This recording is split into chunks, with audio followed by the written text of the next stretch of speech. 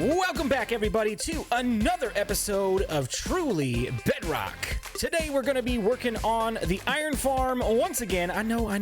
In the last couple episodes, we've been working on this pretty consistently, but today we're going to do a little bit of technical redstone, and you don't see a whole lot of that from me. Normally, that's Prowl doing that stuff for our builds together, but today, I'm going to be taking charge on our storage system. You can still hear the iron golems just pumping in up there, and let's check what we've got in here. I think Prowl has already restocked our shop, but we are still like filling this thing like mad.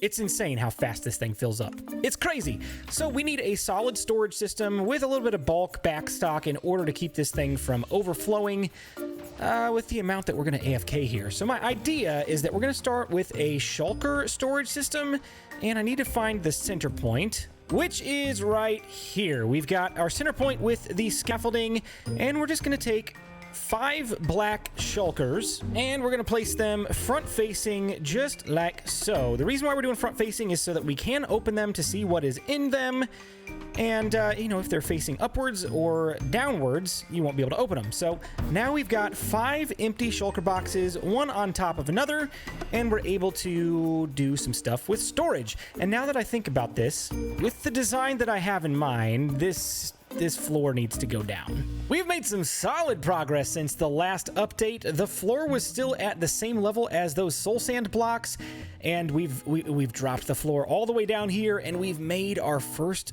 storage module. Now, it doesn't look like much. You can't really tell where the storage is, and that's kind of by design. We want this to look very, very aesthetic and not so much like your standard storage system. All these chests are going to go bye-bye. Right now, we've got 5 shulker boxes in this storage system. Technically, we have 5 more on the sides, but these are not for storage. These are for activating the actual mechanics. So from the collection area, we're going to drop a hopper line into the storage units. We'll probably have several of these around the room. We'll drop into the storage units, and it will start filling the bottom shulker box. Then, what this system is going to do is once the bottom shulker box is full, this comparator will give a signal strength of 15 and nullify this comparator, reactivating this redstone torch and activating this repeater. It will just lock the hopper once this is full and start filling the next one. With this design, it's a little bit quirky. You have to pull the top shulkers down when you're ready to go use your iron. Because if you, for instance, pull this shulker or pull iron out of this shulker and all of the shulkers above it are full, the iron is still going to be locked from the hoppers above and won't reach this bottom one. So if you're going to use this storage system, you're going to have to pull from the top and then go down. We are just flying through this project, guys. This was the first storage unit that we had in the room, and now we've got 1, 2, 3, 4, 5 more for a total of 6 shulker storage units. And we're not going to keep all of them for iron. We're going to keep 5 out of the 6, I believe, and then make 1 of them for string. And then I've discussed this with Prowl. We don't really have a use for poppies, so we're just going to let those flowers go through some sort of a lava recycling system that, we won't have to worry about storing them. I'm just kind of flying through this project today because I do want to get a ton of progress done, because I have hopes and dreams that, aside from maybe terraforming, this farm will be done in this episode. We've spent 2 episodes on it already, and I just thought of a really cool idea for how we can decorate this one, which maybe you'll see later in this episode. So I hope you guys are okay with the big progress jumps. That's just kind of the way that today's episode is going to go. One of the joys of live streaming is... Oh no. Well, I just named the wrong villager. I guess that'll do. Blame Prowl. I was gonna say one of the joys of live streaming is we get to do stupid stuff like that, but hopefully that's an acceptable compromise for what the reward was supposed to be, which was naming the mending villager. So hashtag blame Prowl for that mistake. It's all his fault. Anyway, progress, guys. We've made progress on this room, and might I say, I really, really like it. This green blue, whatever color you want to say this is, cyan, I don't know. It's the warped color. This warped color is not going to be the primary focal point of the backdrop. It's just going to be kind of subtle. Like, you can see it through here. That's what we're going to be going for in these open spaces as well. We'll have some walls in there. We'll have some lighting. Maybe we'll even have some lava flows that drop down from the main lava stream going around this disc up here.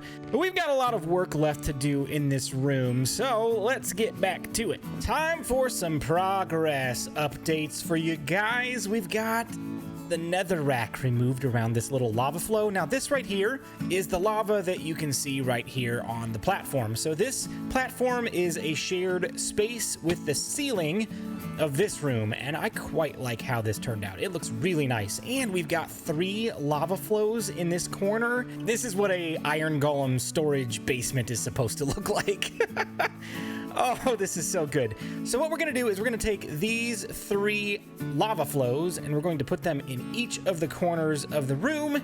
And it's kind of hard to see, but we've also done some borders on the green wall just to kind of take a little bit of the edge of the green off, but you can still see it well enough to know that there's green back there. I'm just going to start calling this green. It's green. It's like a mint green. We are nearly to the point that we can take out these middle double chests here, but look at the lava flows and the walls and the iron golem heads on the pillars here. This place is nearly done. Aesthetically speaking, I think we're pretty much done with this room. I know I haven't done much of the redstone for this on camera, but I do plan on having a separate tutorial video. Link should be in the top right corner of your screen. But where we are right now with this current build, if we come up this scaffolding, I've got a hopper line that's nearly ready to connect up to our drop point, but there's a couple more things to take care of. Right outside of this wall, we're going to link up a little item sorter that's going to sort string into this hopper line and go into this module. The rest of the iron will go all the way around the room and end up right here where you can see those hoppers. So this is the hopper line from the outside of the building, and this is the one that's going to go into the string chests, and then this is the line that will go into the iron. Now, if you know anything about iron farms, you're probably asking, where are the poppies going to go? Well, we're going to have another item sorter that will send them into probably one of the lava streams that we've got flowing around the room.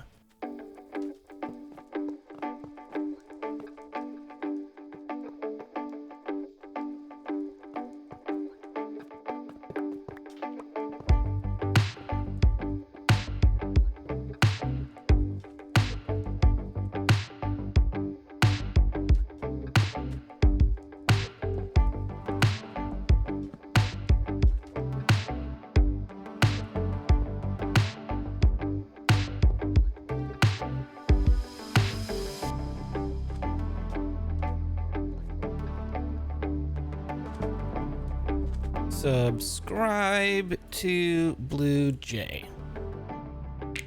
That'll do it. Here we've got a very basic item sorter, and this is one that I saw in one of Silent Whisperer's tutorial videos. So if you want to know how to build this, be sure to check that out. But what we're going to do for the moment is come up here and grab our subscribe to Blue Jay items and put 1 in each of the last slots.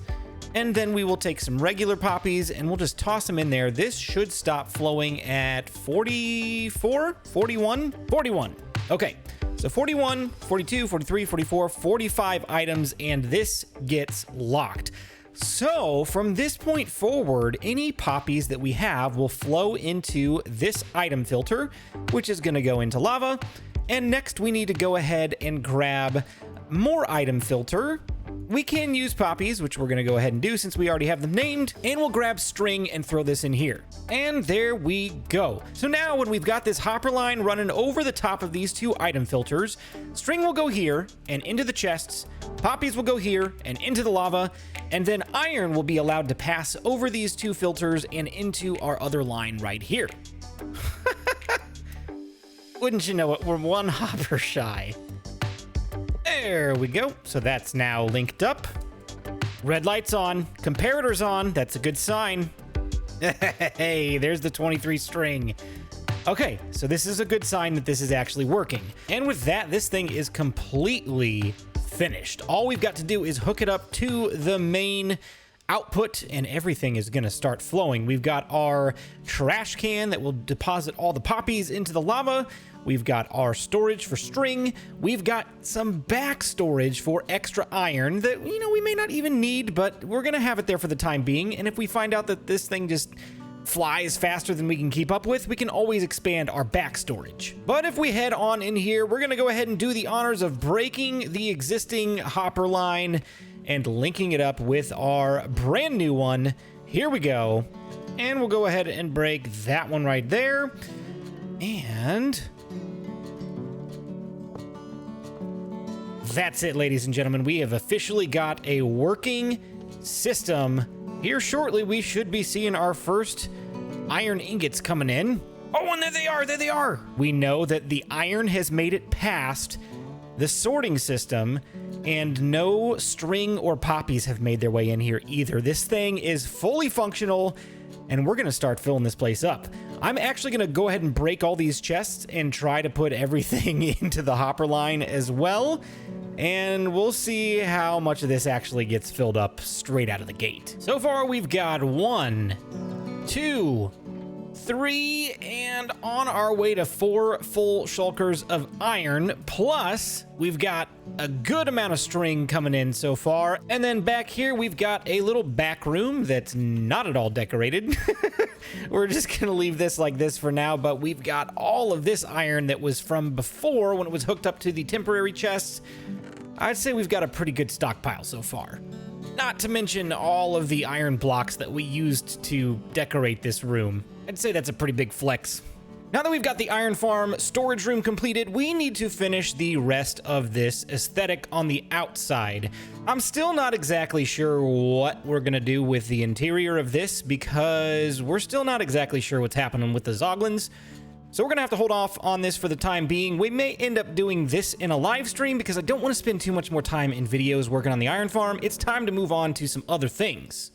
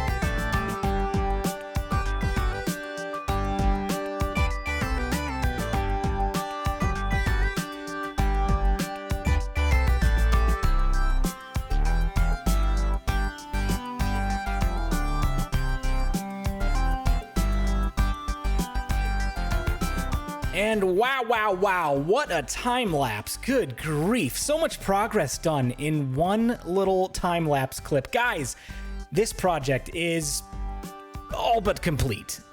It's all but complete. There are a few minor things that we need to do. We've got this amazing open air arena that we can just fly in, or we can walk up the stairs whenever we get this terraformed. But we still need to figure out some things with lighting that we'll do in a live stream. We've got to have an elevator to get up to the villager platform up here, which is now complete as well. We had a little bit of a mishap with lighting. We didn't have this place fully lit up when we were building it. I think some zombies came in here and zombified a couple of these guys. Prowl wasn't very happy, but he'll be all right. He's fine. Speaking of Prowl, we've got some super secret stuff going on over there that we're going to be working on in the next episode. We're going to be building a gold farm, so be sure to check that out. But guys, let me know in the comment section what you enjoyed about this video and how you're liking the arena build. And be sure to click that subscribe button if you haven't already, because we are less than 100 people away from 10,000 subscribers on this channel. That is a ridiculous milestone, and I'm so grateful that you have helped us to get there. But thank you guys so much for watching, and have a fantastic day.